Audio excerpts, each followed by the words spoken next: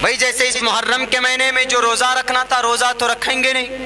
ہم مسلمانوں کو اپنی اہل و عیال پر وسعت کرنا چاہیے, رزق کے اندر اچھا کھانا بنانا چاہیے, کثرت عبادت ہونی چاہیے, تو ان کاموں کو نہیں کریں گے.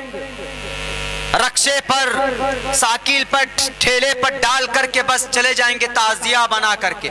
اب بتائیے اگر کوئی آدمی تعزیہ بناتا ہے, اس کے ارد گرد چکر لگاتا ہے, تو کیا فرق رہ گیا ایک مورتی پوجنے والے کے بیچ میں اور ایک تعزیے کے پیچھے چکر لگانے والے میں؟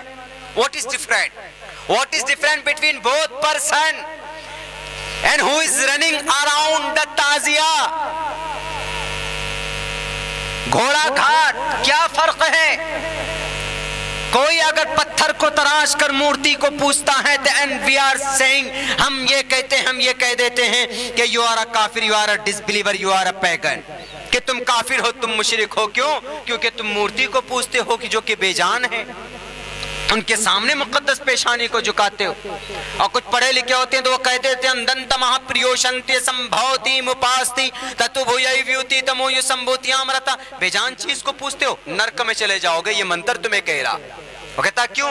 کہتا اس لیے کہ ایک ہو دیوہ سرو بھوتیشو گوڑہ, دیو ایک ہے, پرماتما ایک ہے, ایک کی پوجا کیوں نہیں کرتے؟ تو اگر وہ پوچھ لے کہ تمہارا بھی خدا ایک ہے, قل هو اللہ احد اللہ الصمد لم یلد ولم یولد ولم یکن له کفوا احد, جب تمہارا اللہ ایک ہے تو تم اس تعزیے کے پیچھے کیوں منت مانگتے ہو, کیوں چکر کاٹتے ہو, کیوں پریکرما کرتے ہو, کیوں طواف کرتے ہو؟ What's reason? ان اللہ علی کل شیء قدیر, دیو مہان بسر دیامان وہ اللہ ہے.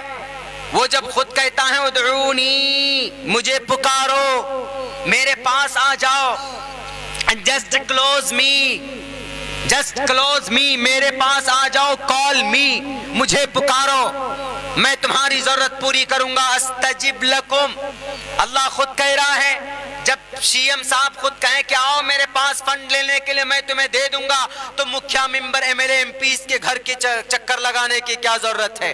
ایسے ہی جب اللہ خود کہتا ہے کہ we are giving you, I am giving you definitely with myself, میں خود تمہیں دینا چاہتا ہوں, میں دینے والا ہوں, تو تم کسی اور کو بیچ میں واسطہ بنا کر کیوں لاتے ہو؟ اتعبدون ما تنحتون, ایسی چیز کی عبادت کرتے ہو جس کو تم نے اپنے ہاتھوں سے بنایا ہے. کوئی فرق نہیں رہ جائے گا ایک مورتی پوجنے والے میں اور ایک تعزیہ پوجنے والے ایک مسلمان میں. ہماری کمی ہے, ہماری خامی ہے, جو ہم قرآن کریم کو لٹکا دیتے ہیں, طاق پر رکھ دیتے ہیں, شریعت کو اٹھا کر پھینک دیتے ہیں, تب جا کر اس پر کوئی قانون بنتا ہے تو اس کے بعد ہم چیختے ہیں کہ ہمارے قرآن کے خلاف, ہماری شریعت کے خلاف مولانا قانون بنا دیا گیا.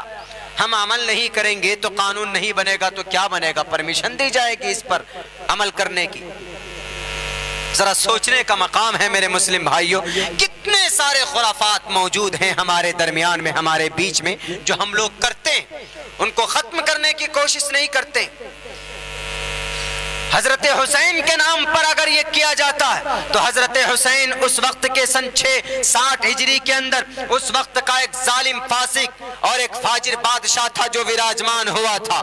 حضرت معاویہ رضی اللہ تعالیٰ عنہ کے بیٹے, جو انہوں نے ان کو امارت دی تھی, انہوں نے ان کے ہاتھ میں باغ ڈور سنبھالا تھا, وہ اس لیے کہ اس وقت ان کی نیت صاف تھی, اس وقت وہ صحیح تھے.